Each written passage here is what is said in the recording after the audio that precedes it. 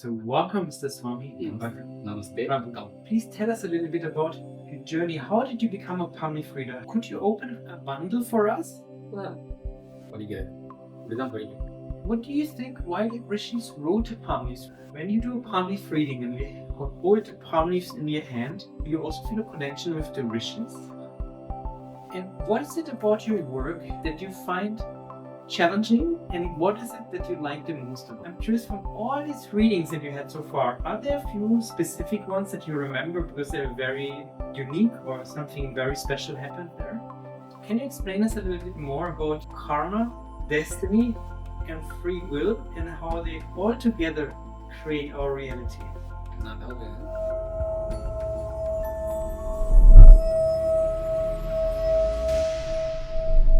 Namaste and welcome again from Chittambaram in Tamil Nadu in the south of India. I'm so happy to be here today with Mr. Swami Prabhakaran, also known as Prabhu. We've brought a treasure box full of wisdom. He's from the temple town of Kumbakonam that I also visited a few times already. He was trained as a public reader in another temple town, the town of Palani, and also in different states in India, like in Kolkata in the northeast, but also in Karnataka, a different state. And I'm very happy to ask you many questions for you today to know more about these ancient arts of palm reading. So welcome, Mr. Swami. Namaste.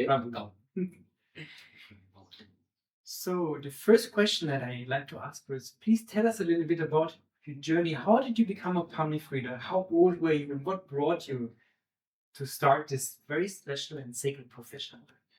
தாத்தா great father biggest astrologer தலைமுறை அடுத்த தலைமுறை அப்பா my father அவங்க biggest astrologer.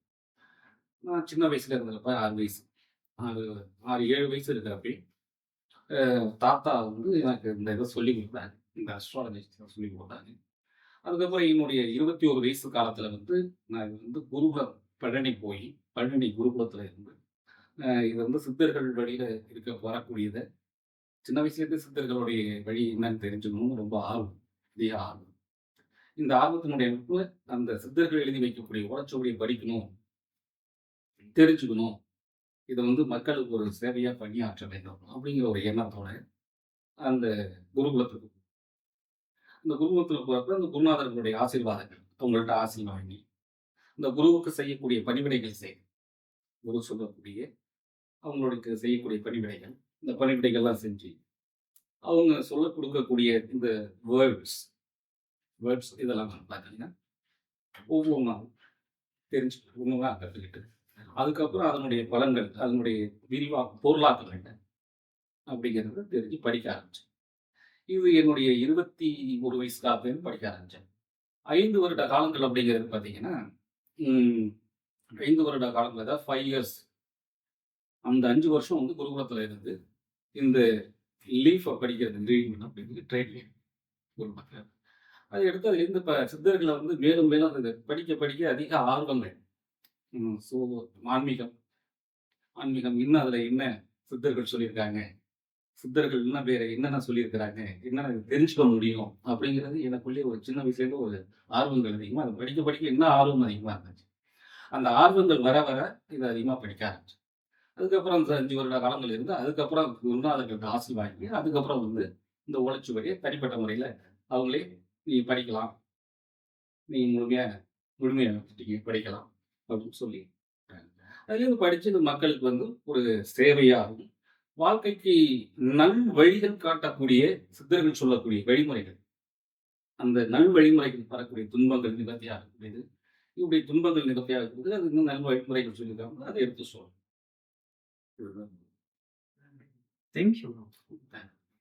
Can you please explain us a little bit more about how the training looked like, step by step? How did you learn to become a Pranam reader? முதலில் வந்து என்னன்னு கேட்டீங்கன்னா, குருவிடம் ஆசி வாங்கணும். குரு ஆசி.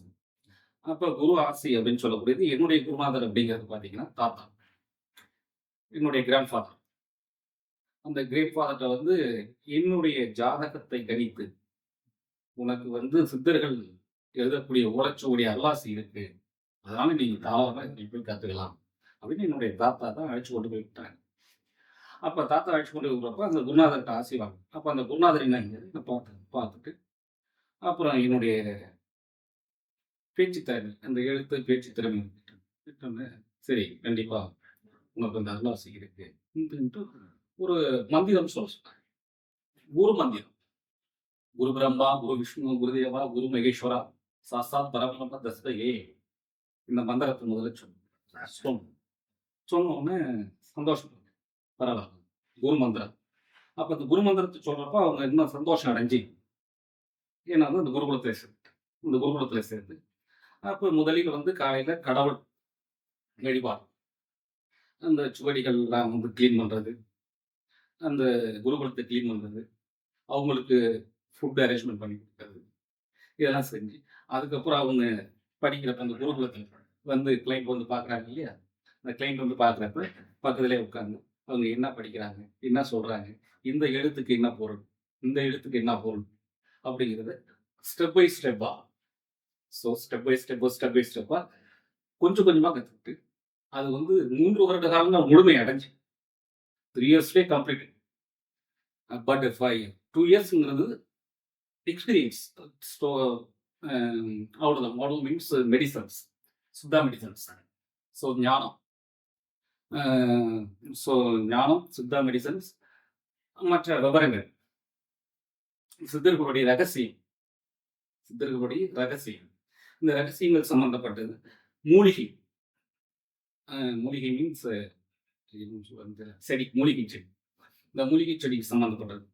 இதெல்லாம் இன்னும் கொஞ்சம் தெரிஞ்சுக்கிறதுக்கு அந்த 2 வருஷத்துல எக்ஸ்பீரியன்ஸா அவங்கள்ட்ட இன்னும் பணிவிடைகள் செஞ்சு அதை கொஞ்சம் கொஞ்சமா தெரிஞ்சுக்கிட்டேன். Thank you. And when you do a palm leaf reading and you hold the palm leaves in your hand, what do you feel? Do you also feel a connection with the rishis? கண்டிப்பா. இது வந்து என்ன கேட்டீங்கன்னா, இந்த சுவடியை படிக்கணும் அப்படிங்கிற ஒரு விதி பிரார்த்தனை. இந்த விதி பிரார்த்தனை இருந்தால் மட்டுமே இந்த சுவடி, ரிஷிகள் எழுதக்கூடிய சுவடியை படிச்சு சொல்லக்கூடிய அந்த வாக்கு பலிதங்கள் அப்படிங்கிறது கிடைக்கும்.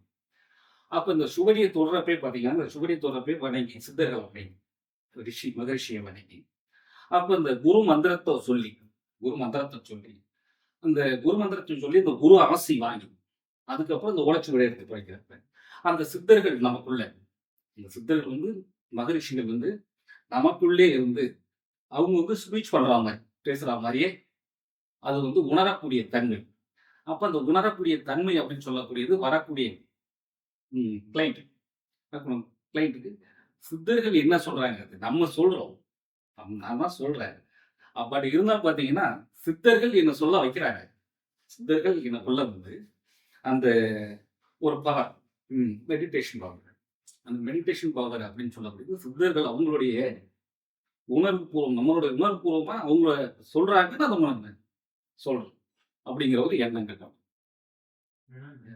Thank you. And could you open a bundle for us and just show it to us and explain a little bit about how the palm leaves are structured and how do you read the information from it?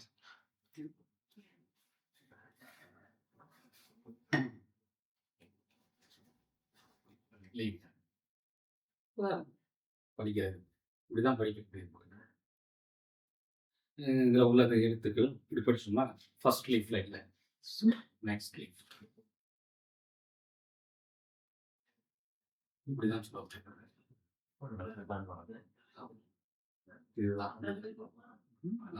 இது வந்து இப்போ படிச்சு முடிச்சது.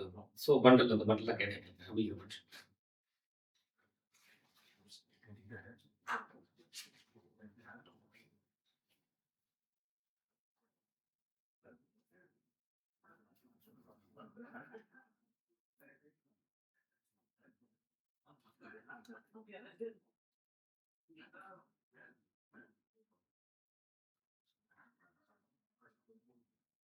Beautiful. Thank you. And the search for the leaf usually starts with the thumbprint. And based on the thumbprint, the right palm leaf bundles are chosen. Do you personally choose the right palm leaf bundles, or does it someone do for you and prepare the bundles for you already? ரேகைக்கு உண்டான bundles இந்த ரேகைக்கு உண்டான bundles அது நாங்களும் எடுப்போம். இப்போ எங்ககிட்ட சிஷ்யர்கள் இருக்காங்க இல்லையா, ரெஜிஸ்டர்ட் அவங்களும் எடுப்பாங்க. இப்ப நாங்க எடுக்கக்கூடியது என்னன்னு கேட்டீங்கன்னா, அவங்க எடுப்பாங்க. பட் நாங்க போய் எடுக்கக்கூடியது வந்து இந்த ரேகைக்கு உண்டான பண்டல் எடுக்கிறப்போ வந்து முதல்ல குரு வணங்கி, அதுக்கப்புறம் குரு மந்திரத்த சொல்லி அதுக்கப்புறம் அது எடுத்து படிக்கிறப்ப அதனுடைய இதுங்கிறது கொஞ்சம் பவர் அப்படிங்கிறது கிடைக்கும். Thank you. Being a Pamif reader is a very, very special and precious work. And I'm curious, how is helping others, reading and finding their Pamif, helping you in your own spiritual progress as well? நாடி ஜோதிடம் அப்படின்னு சொல்லக்கூடியது சித்தர்களுடைய வழிமுறைகள்ல வரக்கூடியது. இந்த சித்தர்களுடைய வழிமுறைகள் வந்து சித்தர்கள் சொல்லக்கூடியது மக்களுக்கு வந்து நல்வழிப்படுத்தக்கூடியது. அப்ப அந்த நல்வழிப்படுத்தக்கூடியது ஒரு ஒரு மனிதனுக்கு ஒரு நல்ல ஒரு பாதை வழியை காட்டும். அப்ப நல்ல ஒரு வழி நல்ல ஒரு பாதையை காட்டும் அப்படிங்கிறப்ப அந்த பாதையை காட்டக்கூடியது அந்த நம்மளுடைய இந்த சித்தர்கள் சொல்லக்கூடிய வழிமுறைகள்ல போறப்ப அந்த மனம் சாந்தம் ஒரு மனிதனுக்கு நல்ல ஒரு பாதையை காட்டும். அப்ப அந்த நல்ல வழிங்கிறது தன்னால் முடிந்த வரக்கூடிய மக்களுக்கு துன்பம் இல்லாமல் சந்தோஷமா வாழக்கூடியதுக்கு வழிமுறைகள் என்ன. அப்ப அந்த வழிமுறைகளை சொல்றப்ப அந்த ஒரு மன சந்தோஷம். அப்ப இந்த நம்ம சொல்லக்கூடியதை பிறர் கேட்கக்கூடிய அளவுக்கு சித்தர் மகரிஷிகள் வந்து நமக்கு அந்த அருளாசி கொடுத்திருக்காங்க அப்படிங்கிறப்ப அதுவே ஒரு பெரிய கிஃப்ட். அப்ப தன்னால் பல பேரை வழி நடத்த முடியும். அப்ப நம்மளால பல பேருக்கு வாழ்க்கைக்கு வழிகாட்டணும். அந்த வாழ்க்கைக்கு வழிகாட்டக்கூடியது நினைக்கிறப்ப ரொம்ப சந்தோஷம். அதுவே ஒரு பெரிய கிஃப்டா நினைக்கிறேன். Do you think it was your decision to become a Pamif reader, or it was your destiny and you just accepted it? அதாவது இது வந்து என்ன கேட்டீங்கன்னா, இளம் வயதிலே வந்து இந்த ஜோதிடம், இந்த இளம் வயதிலே வந்து இந்த அஸ்ட்ரோவை நான் கத்துக்கிட்டேன். ஆனால் இருந்தாலும் எனக்கு அதுல அந்த ஆர்வம் என்பது அதிகமா இருந்துச்சு. சித்தர்கள் பத்தி தெரிஞ்சுக்கணும், ரிஷிகளை பத்தி தெரிஞ்சுக்கணும், முனிவர்களை பத்தி தெரிஞ்சுக்கணும் அப்படிங்கிற ஆர்வங்கள் அதிகமா இருந்துச்சு. ஆனா அந்த விதி பிரார்த்தனைங்கிறது என்னை கொண்டு போய் அதில் அதிகமா ஈடுபாடு செலுத்தும். அப்ப அந்த ஈடுபாடுங்கிறப்ப இதை இப்படி தெரிஞ்சுக்கணும் அப்படிங்கிறப்ப அது தெரிஞ்சுக்க அதுவே வந்து வாழ்க்கைங்கிற ஒரு மொழி. அப்ப கடைசி வரைக்கும் தனக்கு ரிஷிகள் வந்து இதனுடைய பாக்கியும் பலனை கொடுத்துருக்காங்க. இது வந்து ஒரு கடமைக்காக செய்யக்கூடியது அல்ல. ஒரு மனிதனுடைய வாழ்க்கைக்கு மக்களுக்கு தன்னால் முடிந்த உதவி, தன்னால் முடிந்த வழிகாட்டுதல், சித்தர்கள் சொல்லக்கூடிய வழியை தன்னால் முடிந்த அளவுக்கு வழிகாட்டுதல். பல பேருக்கு நன்மை அடைகிறாங்க அப்படிங்கிறத இதை கடைசி வரைக்கும் செய்யணும் அப்படிங்கிறது ஒரு திருப்தி. Thank you. And many people come to you for guidance for Pamif reading. Both people from different parts of India, but also from different countries. And I'm curious, do you recognize any patterns that people from different parts of the world, South India, Northern India, Europe, United States, Japan, do they all come with the same problems? Or are there slightly different tendencies in different parts of the world? இந்த பூமியில் பிறக்கக்கூடிய மானிடர்கள், மனிதன் ஆண் பெண், இந்த இருபாலரும் அப்படின்னு சொல்லக்கூடியது என்னன்னு கேட்டீங்கன்னா, அது எந்த தேசமா இருக்கலாம், எந்த நாடா இருக்கலாம், யாரா இருக்கலாம். இப்ப இங்க உள்ளவங்களுக்கு அதே பிரச்சனை தான். இப்ப கல்யாணம் மேரேஜ் ஆகல, என்ன காரணம்? இதே ப்ராப்ளம் வெளிநாட்டுல உள்ளவங்களுக்கு இருக்கலாம். அவங்களுக்கு இதே ப்ராப்ளம். அவங்க ஒரு தனி ஒரு மாற்றம், தனி ஒரு வாழ்க்கை மனிதன் கிடையாது. அவங்களும் மனிதர்கள் தான். அவங்களும் படிக்கிறாங்க, அவங்களும் சாப்பிடுறாங்க, அவங்களுக்கு கல்யாணம் பண்ணிக்கிறாங்க, அவங்களும் குழந்தை பெற்றுக்கிறாங்க, அவங்களுக்கு குடும்பம் உண்டு, அவங்களுக்கு தொழில் உண்டு, உத்தியோகம் உண்டு. ஸோ எல்லாருக்கும் ஒரே நிலை தான். உலகத்தில் உள்ள அனைவருக்கும் ஒரே நிலை தான். அப்ப இந்த ஒரே நிலை அப்படின்னு சொல்லக்கூடியது அங்க உள்ளவங்களுக்கும் குடும்பம். அப்ப ஹஸ்பண்ட் அண்ட் ஒய்ஃப் ப்ராப்ளம். அங்க உள்ளவங்களுக்கு அதே கணவன் மனைவி பிரச்சனை, அங்க உள்ளவங்களுக்கு அதே சைல்டு ப்ராப்ளம், இங்க உள்ளவங்களுக்கு அதே சைல்டு ப்ராப்ளம், அங்க உள்ளவங்களுக்கும் பிசினஸ் ப்ராப்ளம், இங்க உள்ளவங்களுக்கும் பிசினஸ் ப்ராப்ளம், அங்க உள்ளவங்களுக்கும் ஃபேமிலி ப்ராப்ளம், இங்க உள்ளவங்களுக்கும் family problem. So all people எல்லாருமே வந்து ஒரு நிலையா இருக்கக்கூடியவங்க. எல்லாருக்கும் ஒரே நிலை தான். அங்க உள்ளவங்களுக்கு அந்த கஷ்டம், இங்க உள்ளவங்களுக்கு எல்லாம் ஒரே கஷ்டம் தான். மனிதர்களால குடும்ப கஷ்டம், குழந்தை கஷ்டம், உடல் உடல் குறைபாடு, குறைபாடு. அங்க உள்ளவங்க பார்த்தீங்கன்னா அதே தான். எல்லாம் சேம் தான். சேம் ப்ராப்ளம் தான். எல்லாருமே ஒரே மனிதர்கள் தான். இதுல எந்த மாற்றங்களும் கிடையாது. Yeah, thank you. That's a beautiful reminder that no matter where we're from, we all seek for happiness and we all face the same challenges. True. Thank you. And I'm curious, from all these readings that you had so far, are there a few specific ones that you remember because they're very unique or something very special happened there? 18 years old people on map. ஆன்மீகவாதி means ஆன்மீகவாதி. ஆனா நார்மலா தான் வந்தேன். ரிஷிகள், முனிவர்கள் இவங்களை பத்தி ஆராய்ந்து அவங்களை பத்தி ரொம்ப வழிபாடு முறைகள் செஞ்சு ரொம்ப ஒரு அனுபவம். வயது முதிர்ந்த 18 இயர்ஸ் 80 வருஷம் 80 வருஷம் 80 years. Not 18 Eight. years. அப்போ இந்த 80 வருஷம் அனுபவம் உள்ள ஒரு மனிதர் வந்து என்கிட்ட வந்து பார்த்தாரு. அப்படி வந்து பார்க்குறப்ப சாதாரணமாக தான் சாதாரணமாக இருந்தப்போ வந்து கேட்டாரு, ரேகை கொடுத்தாங்க, எடுத்து பார்த்து சொன்னப்ப அந்த ஓலையிலே வந்துச்சு. அப்படி ஓலையில வரப்ப அவரு பல சித்தர்களுடைய சமாதிக்கு போயிட்டு வந்தது. அங்க போய் தியானம்லாம் பண்ணி அங்க உள்ளவங்களுக்கு இந்த உணவுலாம் தானம் பண்ணக்கூடியது, அது மேல விலங்குகளுக்கு உயிரினங்களுக்கு தானம் பண்ணக்கூடியது, இப்படி உள்ள ஒரு. அப்ப அந்த ஓலைச்சுவடி எடுத்து நான் படிச்சு சொல்றப்ப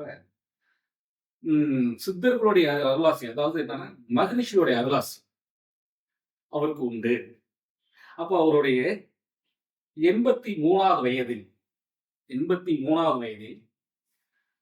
பொதிகை மலையில், அந்த பொதிகை மலையில் வந்து சித்தர் அகத்திய முனிவருடைய இருந்த இடம். அகத்திய முனிவர் அருளாசி, அகத்திய முனிவர் வந்து அங்க இருந்த இடம். அந்த அகத்தியருடைய என்னுடைய இடத்திற்கு, என்னுடைய குடிலுக்கு நீ வருவாய், அதாவது நான் இருக்கக்கூடிய இடத்துக்கு நீ வருவ. அப்படி நீ வரப்ப உன்னை அறியாமலே அங்க உள்ள ஒரு நாய், அந்த நாய்க்கு நீ அங்க வந்து உட்காந்து சாப்பிடுவ. அப்படி சாப்பிடுறப்ப அந்த நாய் வந்து உன் பக்கத்துல நிற்கும். ஒண்ணு அறியாமலே அந்த நாய்க்கு வந்து என்ன செய்வேன்னா, பக்கத்துல நிக்கிறப்ப அந்த நாய்க்கு சாப்பாடு போட மாட்டேன். அதாவது இந்த சாப்பிட்டது எச்சி சாப்பாடை போடாம அதை சாப்பிட்டுட்டு நீ பக்கத்துல வச்சிருந்த பிஸ்கட் பாக்கெட் எடுத்து கொடுப்ப கையை கழுவிட்டு. அதாவது இந்த எச்சி உணவை கொடுக்கக்கூடாது, நம்ம சாப்பிட்ட எச்சி உணவை கொடுக்கக்கூடாது அப்படின்ட்டு நீ அதை சாப்பிட்டு பக்கத்துல இருக்கிற பிஸ்கட் பாக்கெட் எடுத்து கொடுப்ப. அப்ப அந்த வடிவில் வரக்கூடியது நானே அப்படின்னு அந்த ஓலையில் வந்துச்சு. அப்போ அந்த ஓலையில் இப்படி வரப்ப நான் எனக்கு ஆச்சரியமா இருந்துச்சு. படிச்சு முடிச்சுட்டு அதுக்கப்புறம் தான், ஐயா நீங்க ஒரு பெரிய ஒரு மகான் அப்படின்னு சொல்றப்பதான் அவர் சொன்னார். அப்படி சொல்றப்ப நான் பல இதுக்கு போயிருந்தேன், பல ஆலயங்கள் போறப்ப பல பேருக்கு நிறைய பேர் பார்த்துருக்கேன். ஆனா இது எனக்கு பார்க்கணுங்கிற ஒரு எண்ணம் கிடையாது. சித்தர்கள் பற்றி தெரிஞ்சுக்கணும், ஆன்மீகம் நிறையா உண்டு. ஆனா இதுல எப்படி இது மாதிரி வந்துச்சு, வந்துச்சுங்கிறப்ப அவரு அதுக்கப்புறம் தான் சொல்ல ஆரம்பிச்சேன். இந்த சமாதிக்கு போனேன், இப்ப பாம்பாட்டி சித்தர் கோயிலுக்கு போனேன், அகத்தியர் கோயிலுக்கு போனேன், விஸ்வாமித்திர ரிஷி யாகம் பண்ணக்கூடிய இடத்துக்கு போனேன். இப்படிங்கிறப்ப அவர்கிட்ட நிறைய விஷயங்கள், அவர் ஒரு நல்ல ஒரு ஆச்சரியமா அவர்கிட்ட நிறைய விவரங்கள், நிறைய விஷயங்கள், நிறைய ஆன்மீக சம்பந்தப்பட்ட தெரிஞ்சுக்கிட்டதை நான் ரொம்ப மகிழ்ச்சி அடைஞ்சேன். அது எனக்கு ரொம்ப சந்தோஷமா இருந்துச்சு, அது ஆச்சரியமாகவும் இருந்துச்சு. Thank you. And is there another story that you remember from a reading that you could share with us? மனிதர்கள் எல்லாம் ஒரே இதுதான், ஆண் பெண். உலகத்தில் பிறக்கக்கூடியவர்கள் எல்லாமே பெண்கள். ஆண் பெண் அப்படின்னு சொல்லக்கூடியதுல வந்து பாத்தீங்கன்னா, அந்த ஒரு ஓலைச்சுவடி தேடி எடுக்கிறப்ப தேடி எடுக்கிறப்ப வந்து என்னன்னு கேட்டீங்கன்னா, அவருடைய பேர் ஒரு டிஃப்ரெண்டான பேரா இருந்துச்சு. அவர் name different name. Different name means John Selvaraj Christine. அந்த பேர் வந்து அந்த லீஃப்ல இருந்த இது வந்து பார்த்தீங்கன்னா, "முழத்தில் பாதி நாமம் கொண்ட பாலன் இவன்" அப்படின்னு பேர் இருந்துச்சு. முழம் என்பது முழம், ஒரு முழம். ஜா முழத்தில் பாதி ஜா முழத்தில் பாதி முழம் பாதி செல்வம் சொல் அரசன் நாமம் அப்படிங்கிறது. அந்த முழத்தில் பாதி ஜான் செல்வம் மீன்ஸ் செல்வம், அது எப்படி சொல்லுவாங்க தெரியல, செல்வம். ராஜ் ராஜா, அரசன் மீன்ஸ் ராஜா. ஜான் செல்வராஜ் அப்படிங்கிற பேர் ஒரு டிஃப்ரெண்டா இருந்துச்சு. அது கொஞ்சம் ஆச்சரியமா இருந்துச்சு. அதை நான் சொன்னோன்னா அவருக்கு ரொம்ப ஆச்சரியப்பட்டு போனார். இதுக்கு நான் பொருளாதாரம் சொன்னோன்னா அவர் ரொம்ப ஆச்சரியப்பட்டார்.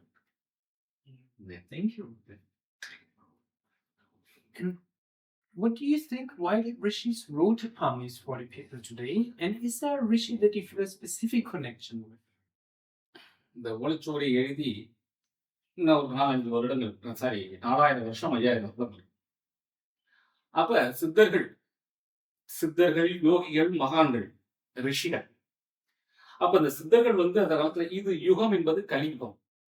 இந்த கலியுகத்தில் வந்து நன்மைகள் என்பது நிறைய நடக்குமோ இல்லையோ, தீமைகள்னா கெட்டது.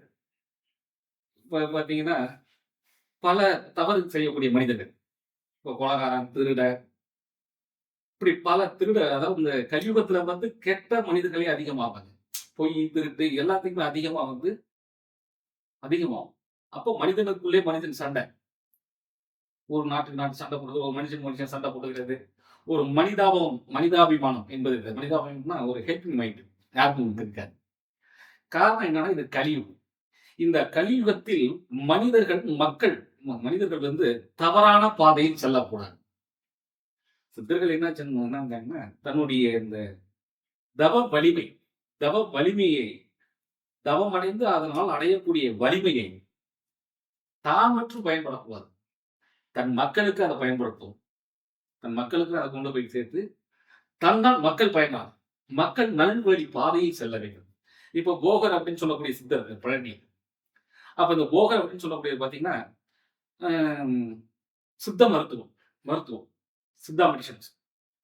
அவரு உலகத்தில் உள்ள நோய், ஒரு மனிதனுடைய உடலில் உள்ள நோய்க்கு எல்லா மருத்துவமும் சித்த மருத்துவம் கண்டுபிடிச்சார். அப்ப இந்த சித்த மருத்துவம் அப்படின்னு சொல்லக்கூடியது கண்டுபிடிச்சது மக்களுக்கு பயன்படுத்த கொடுத்தார், தான் பயன்படுத்துறது. இது வந்து அந்த சித்தர்களும் யோகிகளும் மனிதர்களுக்காகவே, நன்மைக்காகவே செய்யப்பட்டதுதான் இந்த ஒற்றுவழி. Thank you. And what is it about your work with the Nadi readings that you find challenging, and what is it that you like the most about it? இது என்னன்னு கேட்டீங்கன்னா, ஒரு பழனியில ஒரு மனிதர் வந்து பார்க்க வராரு. வரப்போ அவருக்கு வந்து பார்த்தீங்கன்னா கிட்னி ப்ராப்ளம். அதுக்கு மெடிசன்ஸ் மருந்து சாப்பிட்டுட்டு இருக்காரு. அது வந்து ஓலைச்சுவடியை தேடி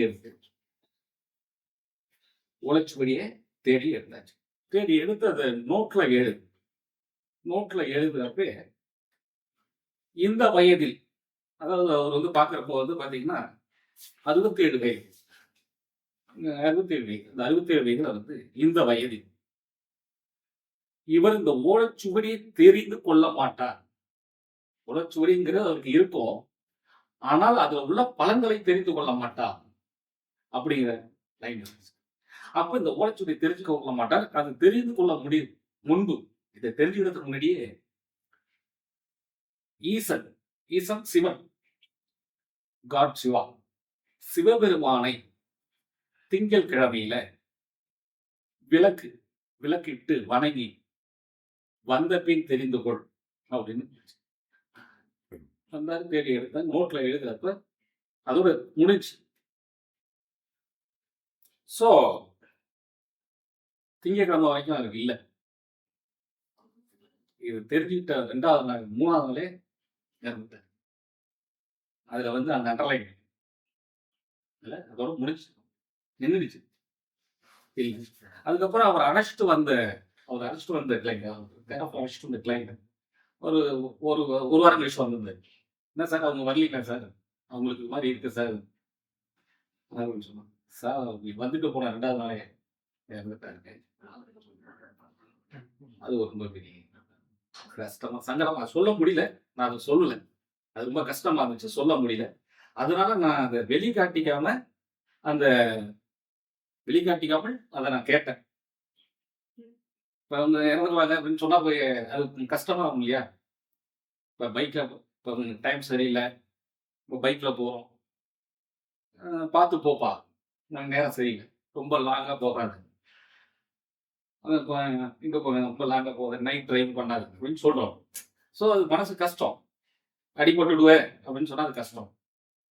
அது அப்படி சொல்லாம, இது மாரி கொஞ்சம் லாங் டிரைவ் பண்ண போலாம். இது மாரி இது இப்படி போகும் அப்படின்னு சொல்ல முடியாது.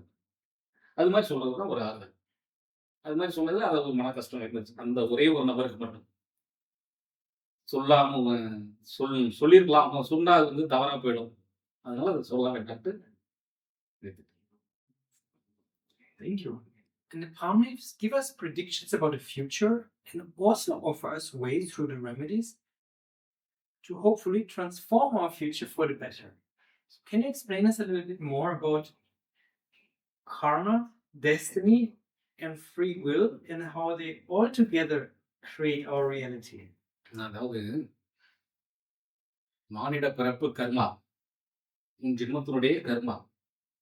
இந்த கர்மாவுடைய பிறப்பு அமைப்புல என்னன்னு கேட்டீங்கன்னா, அந்த கர்மாவுடைய தொடர்ச்சி. அதனுடைய continue.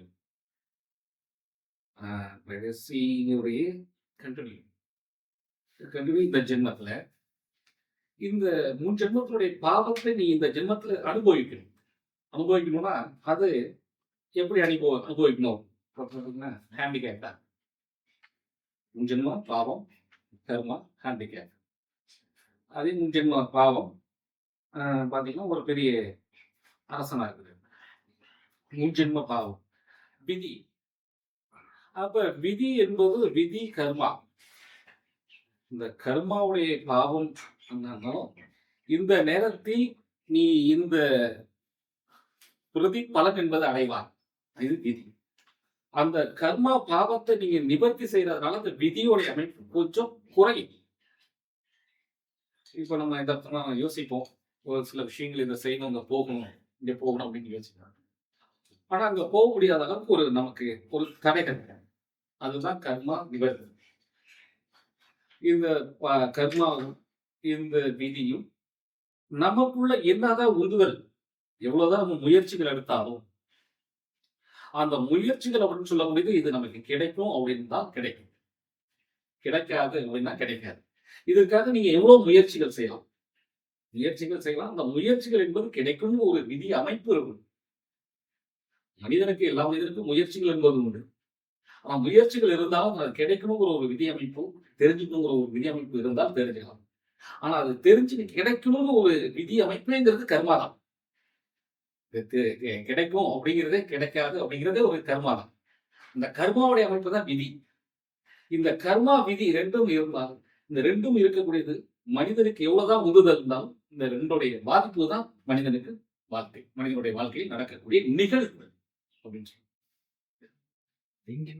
So when many people are curious about their future predictions, I personally perceive the remedies as the most powerful and important part of the palm readings, as they can really help us to transform our future for the better, which is more important than knowing about it.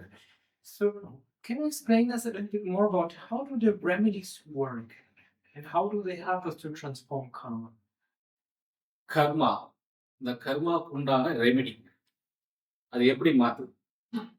So ஒரு மனிதன் one man அப்போ உடல்ல பாதிப்பு. இப்ப சின்ன வயசுல சின்ன வயசுல வளரும்.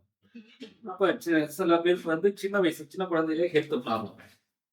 சில பேருக்கு பாத்தீங்கன்னா மிடில் ஏஜ்ல ஹெல்த் ப்ராப்ளம். சில பேருக்கு பாத்தீங்கன்னா ஏஜ் வர ஹெல்த் ப்ராப்ளம். அப்ப இந்த ஹெல்த் ப்ராப்ளம் அப்படின்னு சொல்லக்கூடியது நமக்கு வருது.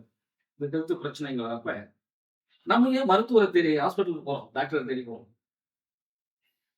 அப்ப அந்த மருத்துவர், அந்த டாக்டர்ஸ் மெடிசன்ஸ் கொடுக்குறாங்க, ஸோ இன்ஜெக்ஷன் பண்றாங்க, டேப்லெட் கொடுக்குறாங்க. அவர் கொடுக்கக்கூடிய மருந்தும் டேப்லெட்டும் அவர் கொடுக்கக்கூடிய மெடிசன்ஸ் அதுவே ரெமெடி. டாக்டர்ஸ் கொடுக்கக்கூடிய மெடிசன்ஸ் ரெமெடி. அந்த ரெமெடி அந்த மெடிசன் உடம்புல ஹெல்த்துக்குள்ள போறப்ப நம்ம உடம்பு கிளியர், ஹெல்த் ப்ராப்ளம் கிளியர் ஆகுது. அதே ரெமெடி. ஸோ மனிதனுக்கு வரக்கூடிய பாவ கர்மா தோஷம், அந்த தோஷத்துக்கு நிவர்த்தி தான் மெடிசன்ஸ் ரெமெடி. அந்த ரெமெடி எடுத்துக்கிறதுனால மனிதனுக்கு வாழ்க்கையில வரக்கூடிய பாதிப்புகள் குறையும். இதுதான் remedy. Thank you. It was such an honor to speak with you and ask you these questions. And could you maybe share a few words, a message to all those people who might be curious to find their farmers? Whatever you feel like sharing with them on their path to only freedom. உலச்சுவடி அப்படின்னு சொல்லக்கூடியது சித்தர்கள் மனித ரகசியம், அதாவது மனிதனுடைய ரகசியங்கள், மற்ற உலக ரகசியங்கள், மற்ற மருத்துவ ரகசியங்கள், எல்லா விஷயங்களும் அதுல எழுதி வச்சிருக்காங்க. இதை நம்ம தெரிந்து கொள்ள அப்படின்னு பாத்தீங்கன்னா, இது நம்ம தெரிஞ்சுக்காம போனோம்னா அடுத்த நமக்கு பின்னாடி வரக்கூடிய ஜெனரேஷனுக்கு, இப்ப சாதாரணமா ஒரு தலைவலி, ஹெட் பெயின், ஒரு stomach problem, so stomach problem கஷ்டம். இதுக்கு பாத்தீங்கன்னா நார்மலா கிராமத்துல பாத்தீங்கன்னா ஒரு